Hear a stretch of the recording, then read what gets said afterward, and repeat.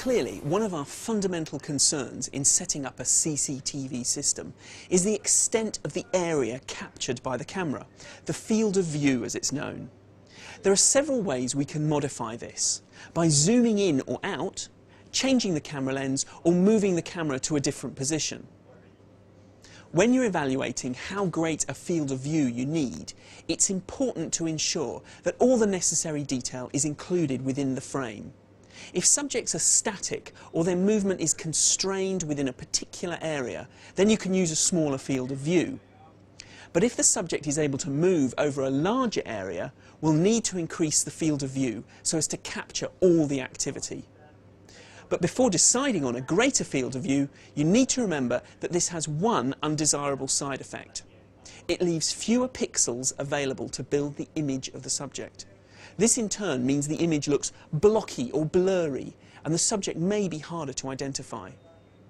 One way to solve this problem and maintain observation of a large area without reducing the resolution of significant details is to use a pan, tilt, zoom or PTZ camera. This allows the operator to follow the subject and maintain detail. With a zoom capability, the observer can increase and decrease the field of view as desired. But here again, there's a potential drawback you need to bear in mind.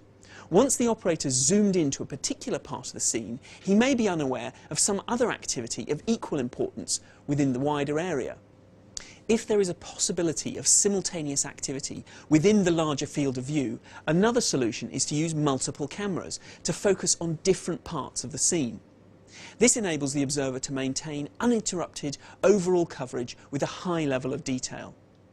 It's also important to be aware of the aspect ratio, which defines an image in terms of its height as compared to its width. The most frequently used ratios are 4:3, for many years the standard for television, and 16:9, a widescreen format that's becoming increasingly common. As CCTV technology advances and other aspect ratios become available, this becomes an increasingly important topic for consideration. Each format has its advantages, depending on the requirement. If your main concern is perimeter protection, for instance, you may find that a landscape-style field of view is preferable. This cuts down the proportion of sky in the image and provides a wider horizontal field of view, which means that you won't need so many cameras to cover the perimeter. If you're observing a doorway, then a portrait-style field of view may be better. But whichever ratio you choose, it's important to maintain it throughout the system from camera to monitor. If you don't, the image will be stretched or squeezed. At best, these distortions will make the subject appear unnatural. And more seriously, they can make it harder to identify an individual or a vehicle.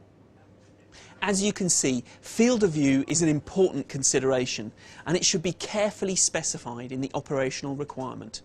Ask the question, is my scene appropriately framed so as to give my observers the best chance of getting an accurate image of the activity in question?